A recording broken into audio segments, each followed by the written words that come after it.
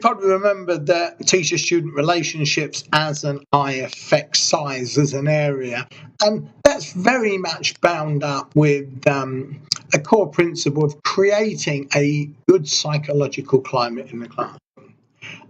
One in which there is an emphasis on the students being successful. There's high expectations of the students have a clear sense of purpose, but also that there are good interpersonal relationships and the students can experience a sense of fun. And fun itself is perhaps one of the key psychological needs, and certainly William Glasser thinks so, and I would tend to agree with that. So what we're doing here is trying to foster the intrinsic motivation in many, many ways, but also in the way in which we create the human conduct situations in the classroom where students do have autonomy, where students do have choice, and where we as teaching professionals give them good structure and good guidance, but also allow that kind of playfulness that is important in learning and relationships.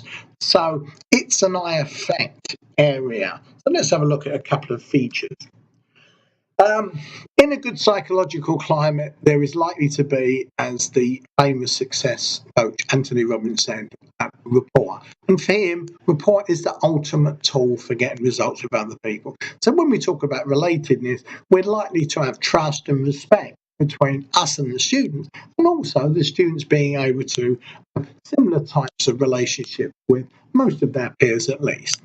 And the psychologist Jensen points out that learners in positive, joyful environments are likely to experience better learning, memory and feelings of self-esteem. And as we know, that if they are enjoying it and they've got good self-esteem, they're likely, other things being part of an optimal learning environment, be developing competence and self-efficacy. So you can see how this situation of evidence-based teaching is drawing on many aspects that come together.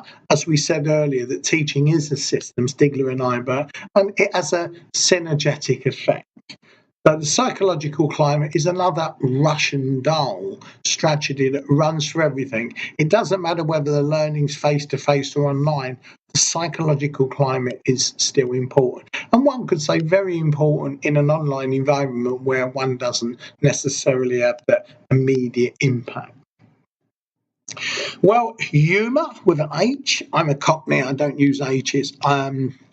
For me, it's always been a philosophy of life, and the evidence now is that humour will relate to fun, will relate to laughter, fires positive neurotransmitters in the brain, is rapport building, very much a subconscious thing, and it has many potential benefits as identified here. So a big core principle, a Russian doll one, think about ways you can encourage this both by what you do and allowing the students to do certain things to create a good climate as well.